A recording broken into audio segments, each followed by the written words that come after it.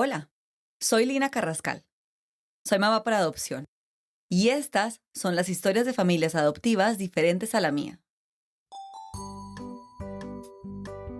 Porque yo me encerraba en el carro a llorar. Después de que José en la mañana me había sacado sangre de la nariz porque me había cabeceado, después de que cuando se estaba bañando lo que hacía era arrancar la cortina de la ducha y tirarla, o sea, era un comportamiento súper agresivo. Las niñas y los niños van a poner a prueba a las familias, sobre todo estos niños grandes, preescolares, porque si fueron abandonados, si vivieron un tema de violencia, su primera, de manera inconsciente, pero su primera sensación es que ellos son los culpables de eso. Y yo tengo amigos, por ejemplo, la madrina y el padrino de José, llegaban y decían, o sea, se va a morir, o sea, ese chiquito la va a matar, pero a ella, que alguien la convenza de que mejor devuelva a ese chiquito para ver si ella otra vez vuelve a recuperar la vida, no vamos a poder.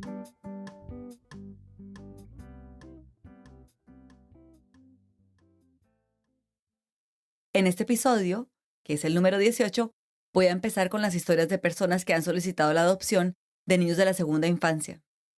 O no sé si mejor debería decir adopción de niños mayores, porque como ya les he dicho antes, el rango de edad que se le atribuye a la categoría de segunda infancia varía dependiendo de la fuente.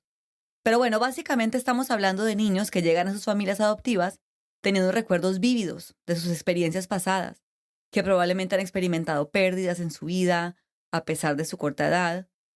Y básicamente la mochilita de historia con la que llegan a sus casas es mucho más pesada que la de los hijitos de quienes hablamos en la primera temporada, que adoptamos niños de meses o poquititos años de vida. El tema de las adopciones de niños de la segunda infancia es particularmente significativo para mí, porque las dos adopciones fallidas o interrumpidas que conozco fueron con niños de la segunda infancia. Y pues sí, sin ser un dato oficial, me comentaba alguien que trabajó en el DIF que la mayoría de adopciones interrumpidas se dan en niños de 7 años para adelante. Es una realidad muy, muy triste.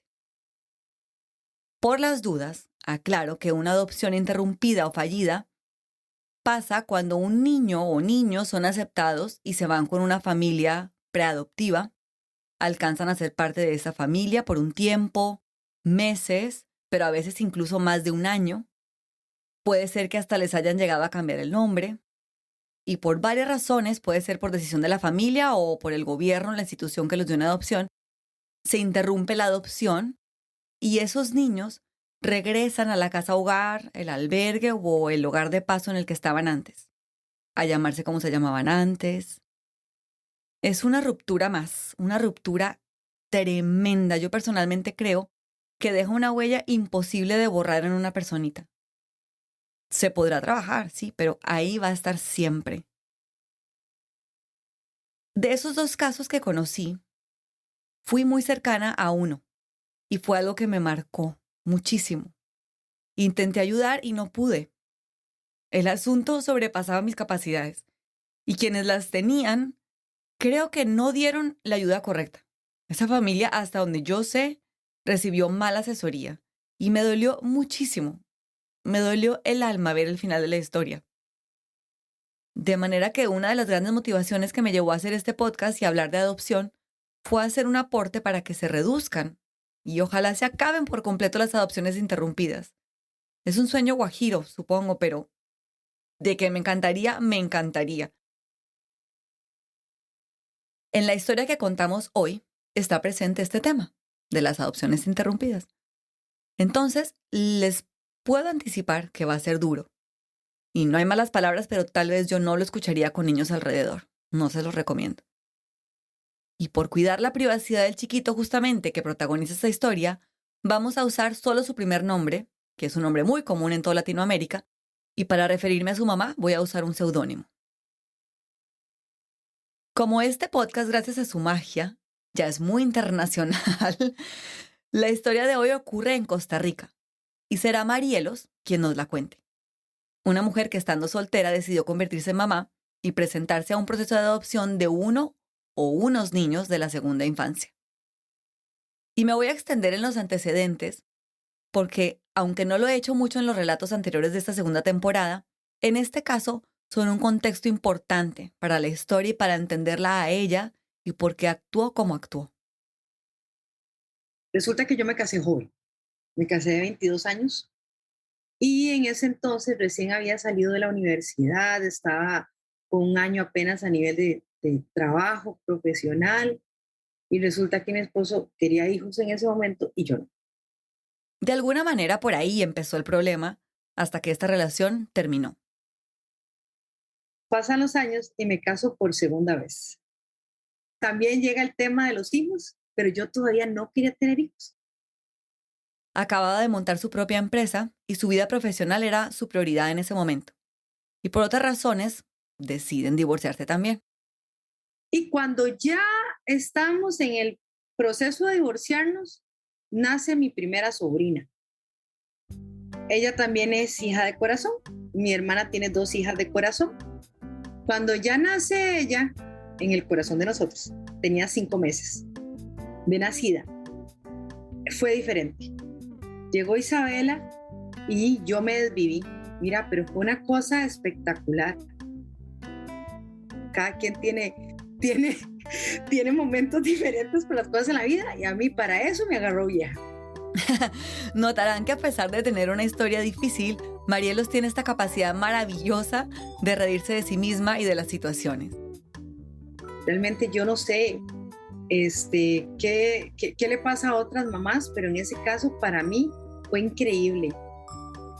Y bueno, ahí nace mi amor maternal.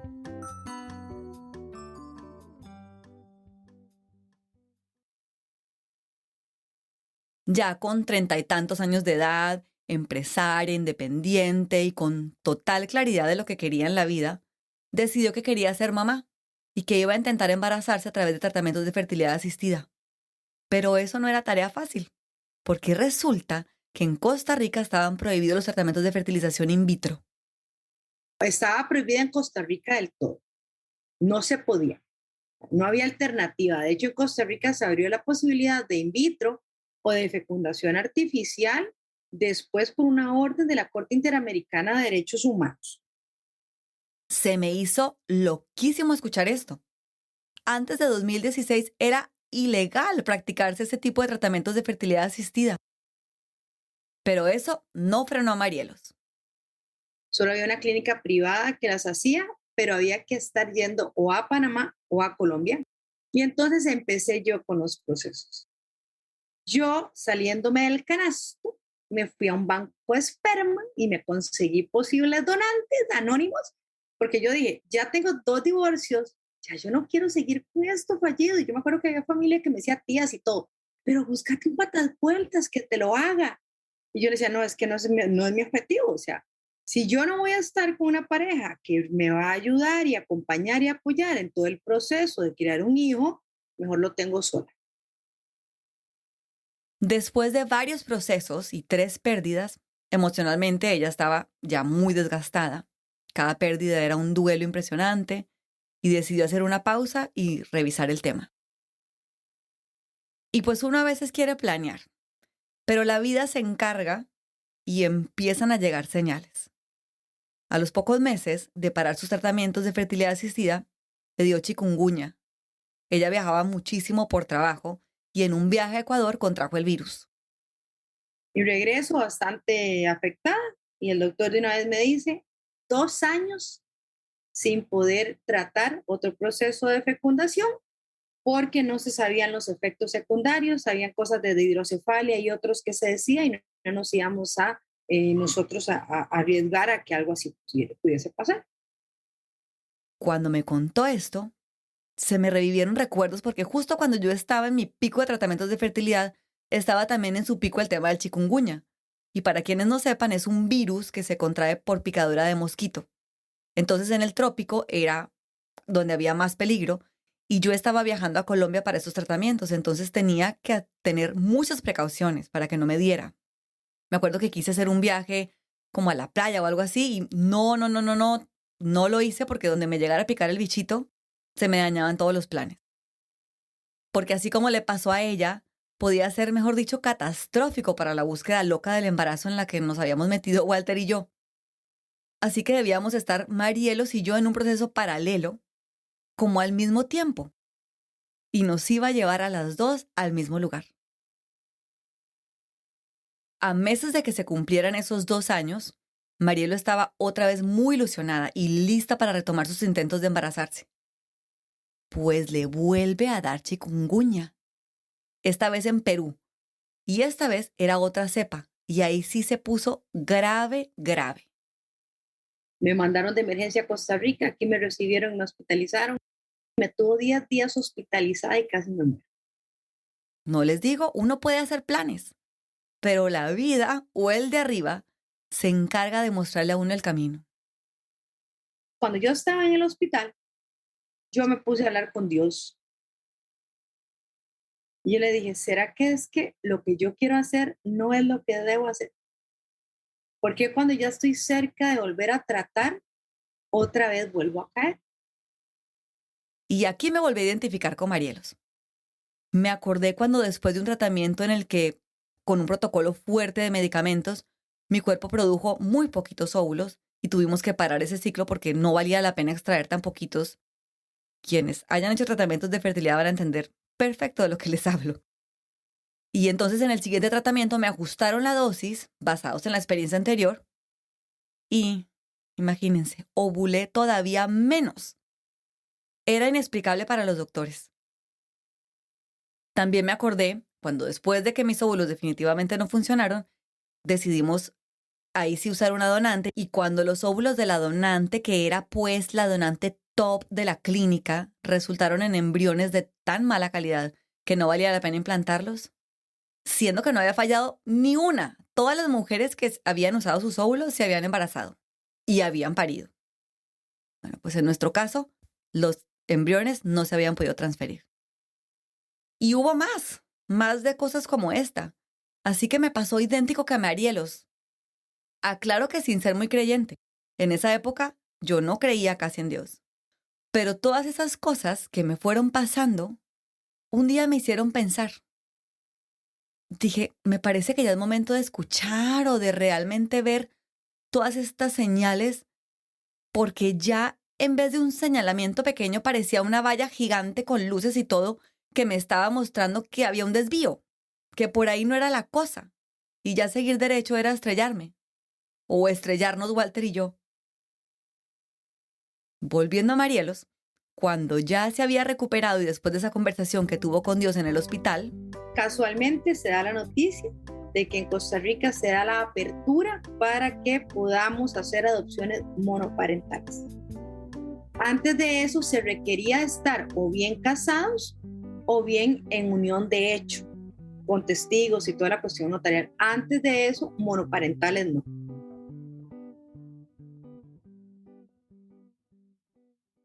casualmente, no sé. Yo más bien veo como otro de esos avisos con luces y bardas y hasta trabajadores con chalecos reflectivos que le hicieron ver clarito que ahí se acababa esa carretera y necesitaba un cambio de ruta.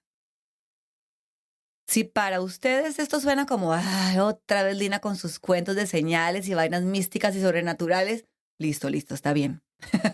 Entiendo completamente y respeto. Hagan oídos sordos y quédense con la secuencia de eventos que se convirtieron en una coincidencia tremenda. Marielos empezó su proceso de adopción meses más tarde, en el Patronato Nacional de la Infancia, más conocido como el PANI, o el Patronato, que es la institución rectora en materia de derechos de la niñez y la adolescencia en Costa Rica. Es decir, el equivalente al DIF en México, al Bienestar Familiar en Colombia, al RUA en Argentina. ¿Cómo nos hemos vuelto de internacionales, muchachos? Ya me voy a aprender los nombres de todas las instituciones de todos los países. Bueno, dejando la recocha a un lado, vuelvo a mi punto. Y es que tal como pasa cuando uno va por el camino que es, cuando ella se decidió adoptar, todo fluyó como el agua.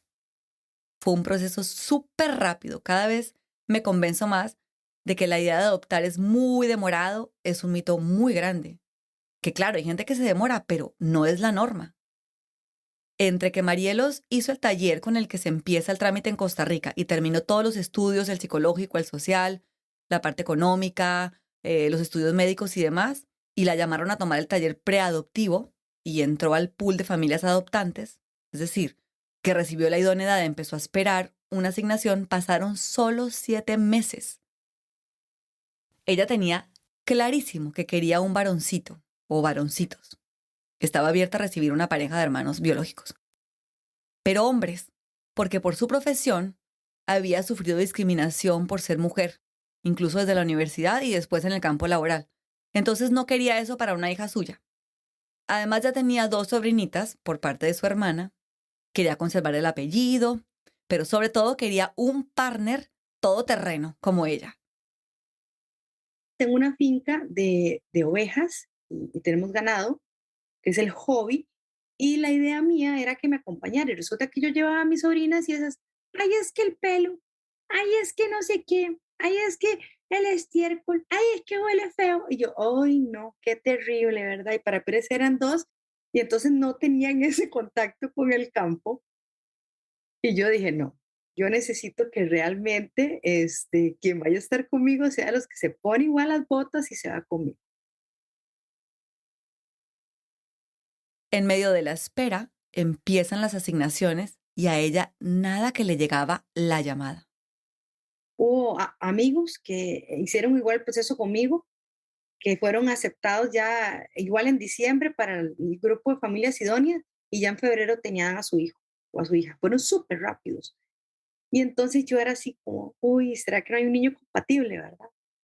Siempre se queda uno con eso, más que uno ve que le dieron a la una, que le dieron a la otra, que le dieron al otro, y uno nada, pero bueno, todo en el tiempo de Dios.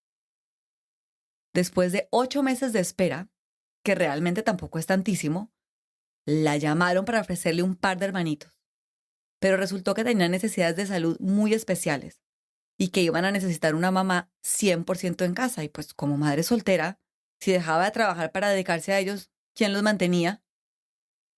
Entonces yo les dije que no, que muy agradecida que me hayan tomado en cuenta, pero no podía. Ella no sabía si haber dicho que no a esa propuesta significaba que le iban a poner como en una lista negra o algo. Y pues no, porque, oh sorpresa, al día siguiente la volvieron a llamar. Y me dicen que hay una opción de un niño, que este niño es un niño que acaba de cumplir 6 años, Acuérdense que ella tenía claro que no quería bebés. porque yo no quería sufrir otra vez con pañales y con que andan gateando y con que hay que andar en el suelo. Yo soy muy alta, mido 1,80. Ya con sus sobrinas había tenido suficiente. Se había partido la espalda gateando con ellas, ayudándolas a empezar a caminar. Entonces yo dije, no, no, no, ya eso ya yo no necesito vivirlo. De nuevo se estaba saliendo del canasto, como dice ella, y en vez de un bebé, su rango de edad era de 3 a 6 años.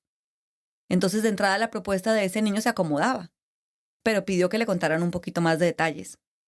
Entonces me cuentan, digamos que cosas muy, muy, ¿qué te diría? Como muy clave. Una de esos es que había sufrido una adopción interrumpida. ¿Ok? También le contaron de algo en la historia del niño que podía haber provocado ciertas mutaciones genéticas. Pero ya tenía 6 años y no se le había manifestado nada.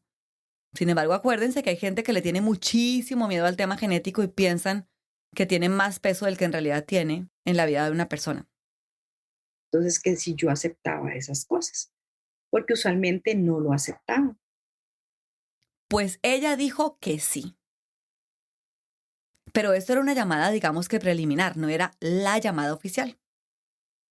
Más que nada querían saber si había interés de su parte antes de proponerla oficialmente en el Consejo de Adopciones.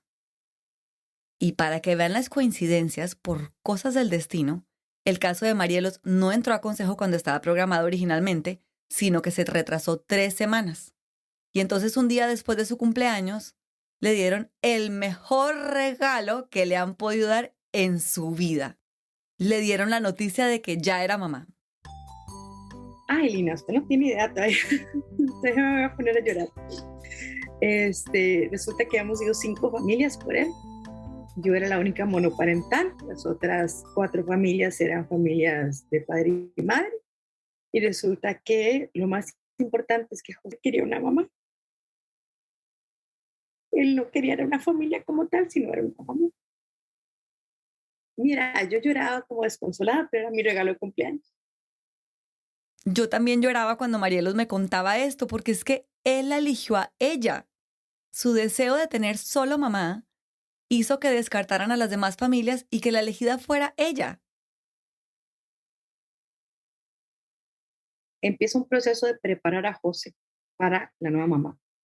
Entonces yo tenía que mandarles videos, cartas, fotos, y entonces la psicóloga del hogarcito más el psicólogo del PANI se reunían con él para irlo preparar. Y pues esa preparación salió muy bien, o al menos eso les pareció a ellos, porque solo pasaron 2 semanas, que yo creo que igual a Marielos se le debieron haber hecho eternas, y por fin lo pudo conocer. El día que nos conocimos, vieras que fue súper lindo, ¿verdad? Él me tenía un regalo. Alguna de las chiquitas del hogarcito le quitó un libro de pegatinas de niñas y me lo regaló. Quién sabe cuál de las chiquitas se quedó triste, pero bueno, él me regaló el libro. Ay, qué pecado la niña. Pero pues él necesitaba un regalo para su nueva mamá y solucionó como mejor pudo. Pasaron solo 3 días en que ella iba por él, iban a comer, almorzar, lo llevó al zoológico, lo llevó a que le cortaran el pelo, le compró algo de ropa, etcétera, y le dijeron que al día número 4 ya se lo iba a poder llevar a su casa. Que habían visto que estaba muy bien cómo él se comportaba y cómo estamos llevándonos y todo. Excelente. Hubo una celebración de despedida, entonces Marielos llevó cupcakes, juguitos y toda la cosa. A mí me partió el alma, Lina. Me partió el alma que usted vio el Chavo del Ocho, ¿verdad? Cuando el Chavo del Ocho se iba y en una bolsita echaba las cosas y se las llevaban en un palito. Bueno, casi que así fueron las cosas de José. A mí me las dieron en una bolsita, las poquitas cositas que él tenía. De ahí me partió el alma, yo la recibí, yo era así como, respira profundo. Y tomaron carretera, porque Marielos no vivía en la misma ciudad donde estaba el niño. Pararon a medio camino en una casa que tiene la familia de ella para ir al baño. Y ahí se acabó la luna de miel. Ese día se acabó la luna de miel y ya ese día fue al baño, no quería limpiarse, se salió del baño y se tiró al suelo, no quería cambiarse la ropa, pataleaba, lloraba, yo no sabía casi ni qué hacer y yo nada más me senté en un sillón, crucé la pierna y le dije, no, de aquí no nos vamos a ir hasta que usted no se ponga ropa. Mira, y lloró como media hora, 45 minutos y pataleó, agarraba las cosas y las tiraba. Y allá, hubo un momento en que ya se bajó y ya entonces ya me dijo, está bien, mamá, yo pienso que tenía frío, me voy a poner ropa. Yo, ay, qué dicha. Entonces ya yo me acerqué con las toallitas húmedas, tome, por favor, limpiese bien, séquese bien con el papel y todo el asunto. Y ya de ahí se puso una pantaloneta y una camiseta, lo demás. Esa noche quiso dormir con ella. No quería dormir solo.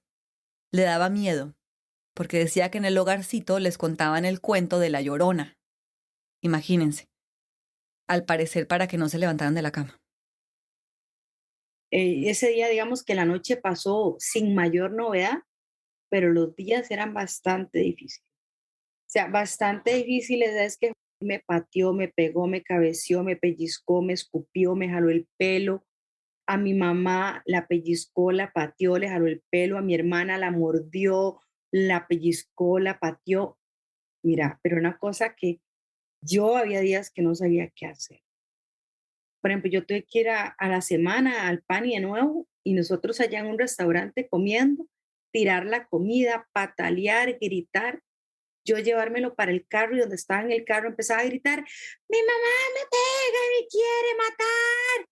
Y uno ni siquiera lo estaba tocando. A Marielo realmente no le preocupaba lo que la gente pudiera pensar en esos momentos, sino que la denunciaran ante la institución. Ella le contó todo al psicólogo del PANI, que era el encargado de su emparentamiento, y él le dijo que no se preocupara. Vos sencillamente les decís, estoy en un proceso realmente de adaptación con mi hijo, recién se ha dado el emparentamiento y les das mi nombre y mi número y que me contacten a mí.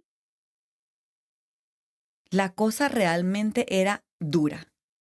Marielos perdió varios kilos en medio de esa situación.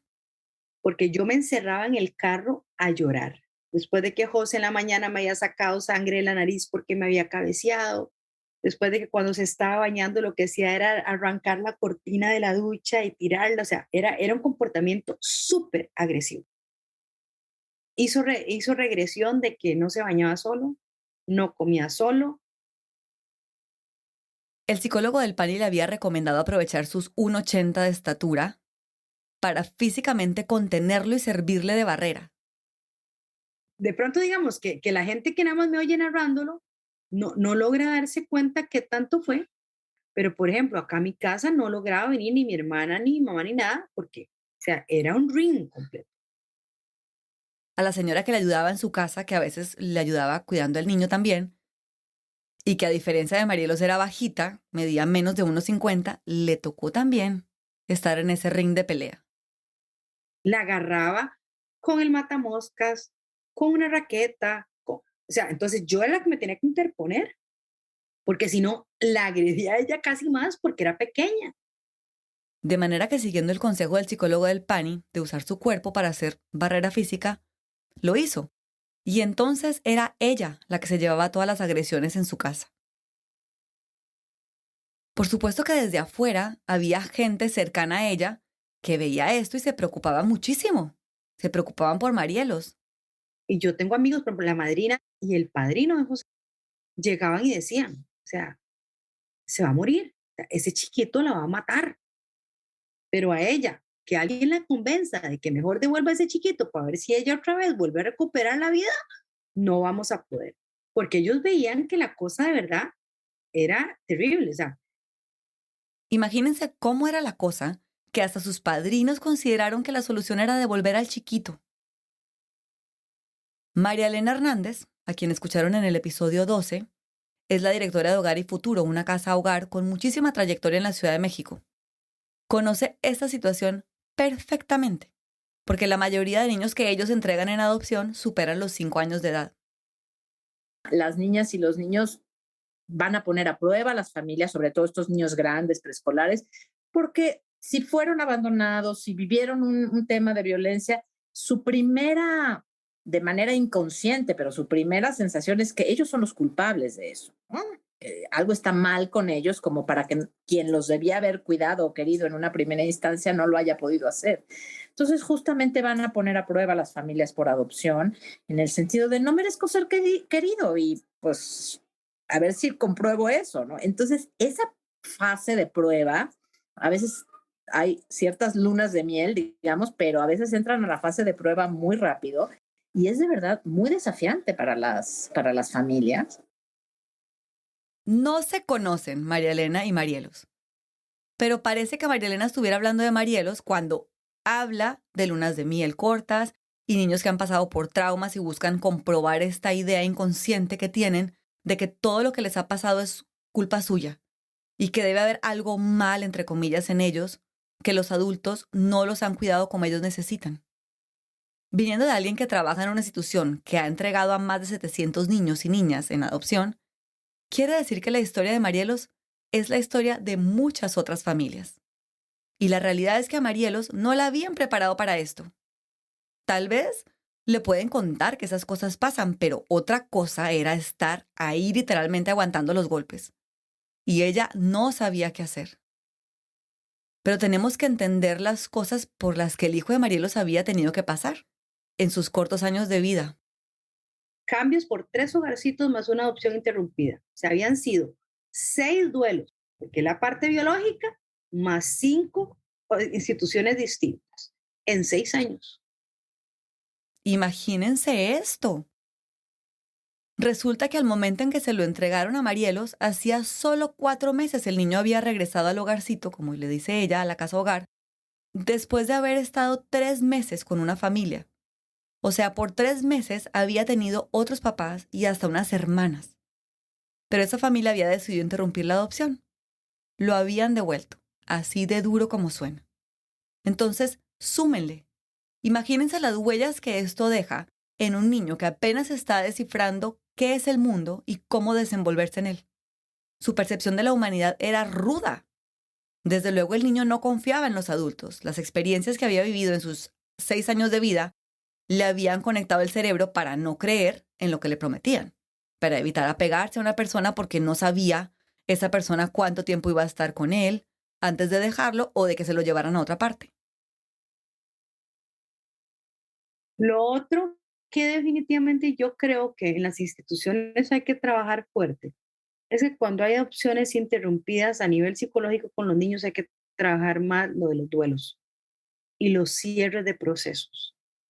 Y yo quisiera agregar algo, y es que especialmente en los casos de niños de la segunda infancia, creo que aunque no hayan vivido una adopción interrumpida, necesitan mucha ayuda psicológica para poder superar o trabajar las pérdidas que han sufrido. María Elena reafirma que la preparación de los niños antes de irse con sus familias adoptivas es un factor que puede ser decisivo en el éxito de una adopción. Justo por estas edades, lo que nos parece es que la clave para que la adopción sea exitosa tiene que ver con la etapa previa a vivir juntos como familia, que es la vinculación. En Hogar y Futuro les dan acompañamiento psicoemocional a los niños a su llegada, durante su estancia y en el proceso de vinculación, que es este periodo que puede tomar semanas o meses a partir de que una familia decide ir para adelante con la adopción de uno de sus niños. En ese proceso, ambas partes empiezan a conocerse y se dan espacios para que los adultos se vayan ganando la confianza de los niños. Primero los padres adoptantes visitan a los niños en la institución, luego hay salidas cortitas para ir después a comer un helado o algo así, después van a la casa y cuando los ven listos se quedan a dormir, como tipo pijamada o en pijamada, como dice una de mis hijas.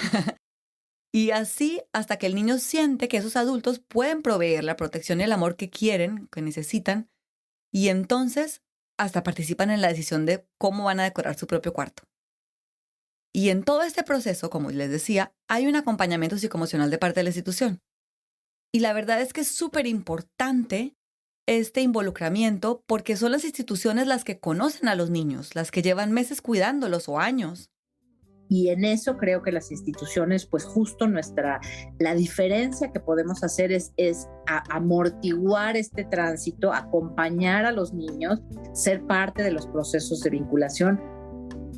Ojalá todas las casas hogar o todas las instituciones, los albergues pudieran hacer esto. Pero sabemos que la realidad es otra. De todas las personas que he entrevistado, he aprendido que muchas no pueden ofrecerles a los niños terapia. O al menos no la suficiente, para prepararlos para llegar con sus nuevas familias. Ya sea porque no hay recursos para lograrlo, o pienso que también puede ser porque no dimensionan la importancia del tema. Yo tengo una frase de refri que dice que la prisa es la enemiga de la ternura.